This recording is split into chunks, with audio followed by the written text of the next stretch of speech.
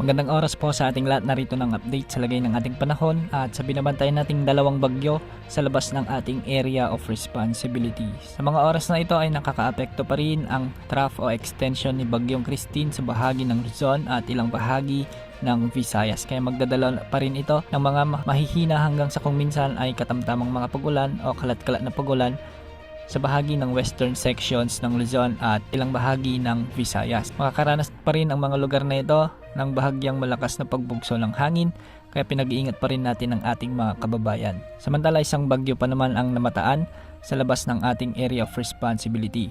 Ito ay may international name na Kongray. Sa ngayon ay nasa tropical storm category ito at sa mga susunod na araw ay posible itong pumasok sa ating area of responsibility. Ayon sa pinaka-latest na update ng Pag-asa ukol sa bagyong ito, huling namatan ito mahigit 2,000 kilometers silangan ng southeastern Luzon.